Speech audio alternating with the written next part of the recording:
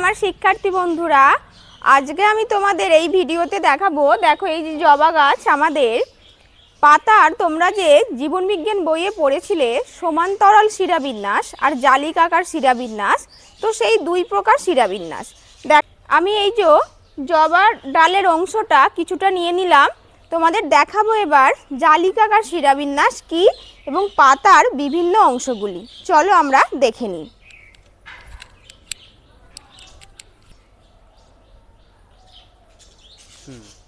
দেখো, এই যে জবা পাতা, এই যে পাতার দেখো একদম গোড়ার অংশটায় এগুলোকে আমরা বলি উপপত্র। এই যে একদম পাতার বোঁটার দুই সাইড দিয়ে বেরিয়েছে জবা, মোটর ইত্যাদি গাছের দেখা যায়, এই অংশগুলোকে আমরা বলে থাকি উপপত্র। এবং এই পাতাটার যে অংশটা কাণ্ডের সাথে পাতাটাকে যুক্ত করেছে এটা পত্রবিন্ত। এই যে এই অংশটা হচ্ছে পত্রবিন্ত, এবং এই পত্রবিন্তটাকে কাণ্ডের সঙ্গে যে যুক্ত করেছে এই অংশটাকে আমরা বলছি পত্রমূল, এবং এটি পত্রবিন্ত। এবং একটি পাতা নিয়ে দেখো, এবার তোমাদের দেখাই। এই পাতাটির দেখো, এটি হলো মধ্যশিরা, পাতাটির মধ্যশিরা, এবং মধ্যশিরা থেকে বাকি উপশিরা প্রশাখা শিরাগুলো বেরিয়ে একে অপরের সঙ্গে মিশে গিয়ে একটি জালিকাকার শিরাবিন্যাস বা জালিকাকার শিরাবিন্যাস যে সজ্জারীতি সেটা গঠন করেছে। তাই এই জবা পাতা বা অশ্বত্থ পাতা এগুলো হচ্ছে জালিকাকার শিরাবিন্যাসের অন্তর্গত। এবং আমাদের জবা ফুলের বিভিন্ন অংশগুলিও আমি তোমাদের পরবর্তী কোনো ভিডিওতে দেখাবো।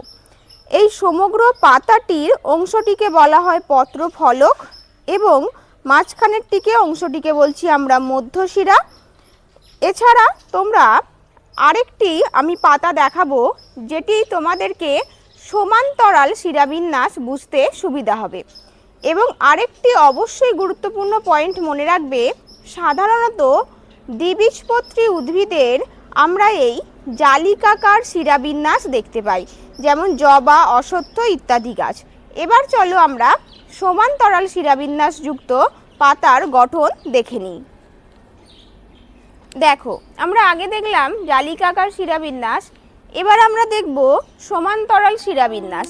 এখানে দেখো, এই যে কলা পাতার এই অংশটা হলো মধ্যশিরা, মধ্যশিরা থেকে দুই পাশে উপশিরাগুলো নির্গত হয়ে বা উপশিরাগুলো বেরিয়ে এখানে দেখো শিরাগুলো একে অপরের সঙ্গে কখনোই মিশে যাচ্ছে না, একবারে সমান্তরালভাবে শিরাগুলো অবস্থিত, শিরা উপশিরাগুলো। তাই আমরা এই কলা পাতা হলো আমাদের একটি সমান্তরাল শিরাবিন্যাসের উদাহরণ। এছাড়াও ভুট্টা পাতা বা ধান পাতা, ধান গাছের যে পাতা, সেগুলোতেও আমরা এই সমান্তরাল শিরাবিন্যাস দেখতে পাই। সাধারণত দ্বিবীজপত্রী উদ্ভিদের এই সমান্তরাল শিরাবিন্যাস লক্ষ্য করা যায়। আশা করছি তোমাদের এই ভিডিওটি দেখে জালিকাকার শিরাবিন্যাস এবং সমান্তরাল শিরাবিন্যাস সম্পর্কে একটি স্বচ্ছ ধারণা তৈরি হবে, এবং তোমরা এটি প্র্যাকটিক্যাল দেখলে ফলস্বরূপ তোমাদের এটি দীর্ঘদিন মনে থাকবে। আমার ভিডিওটি কেমন লাগলো অবশ্যই কমেন্টে জানিও, ভালো হলে লাইক এবং সাবস্ক্রাইব করে দিও।